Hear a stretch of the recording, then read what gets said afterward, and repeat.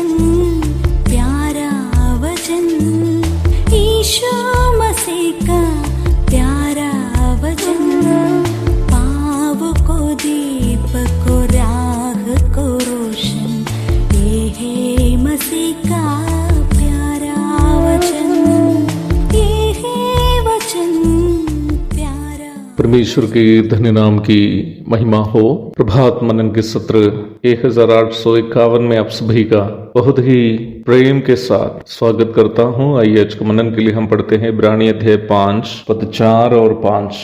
यह आदर का पद कोई अपने आप से नहीं लेता जब तक कि हारून के समान परमेश्वर की ओर से ठहराया ना जाए।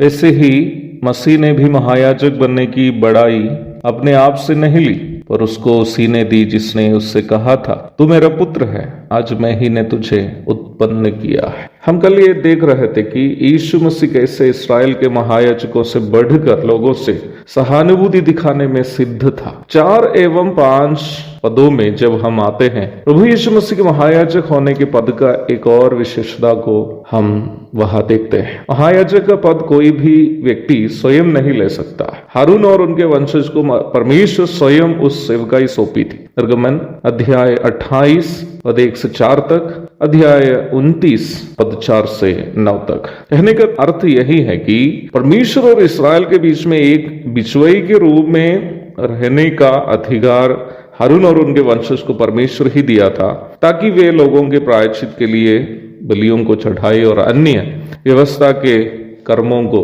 निभाए। महायाजक का पद तब तक वैध नहीं है जब तक परमेश्वर निम्न सेवा के लिए स्वयं किसी की नियुक्ति नहीं करता है। प्रभु यीशु मसीह का जन्म लेवी गोत्र से नहीं था, जिन्हें याजकपन की सेवा सौंपी गई थी। प्रभु का देह धारण यहूदा गोत्र से था, जो दाऊद का गोत्र था, जिन्हें परमेश्वर की ओर से शाश्वत शासन का अधिकार मिला था। निर्गमन 29 की 9, दूसरा शमूएल अध्याय 7 पद 15 से 16 तक। इसलिए ही संसार के पापों के लिए अपनी ही देह को एक महायाजक के रूप में मनुष्य और परमेश्वर के बीच में रहकर अर्पण करने के लिए यीशु मसीह को भी एक नियुक्ति की आवश्यकता थी। उस नियुक्ति परमेश्वर स्वयं किया, जिसका जिक्र हम 5वीं पद में देखते हैं। हारून या उनके वंशज मनुष्य थे और पाप से प्रदूषित शरीर में वास करने वाले थे। इसलिए ही जब कभी उन्हें लोगों के लिए प्रायश्चित बलि चढ़ानी होती थी, उसके पूर्व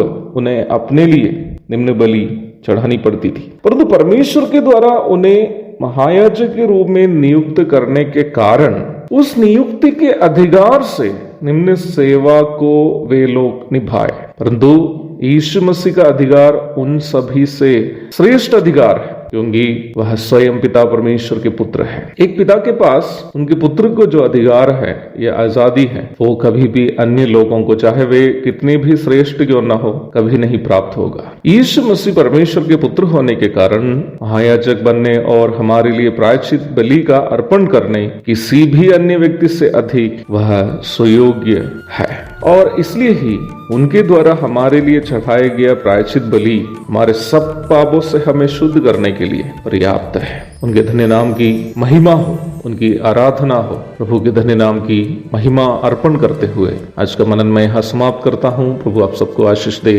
आमीन।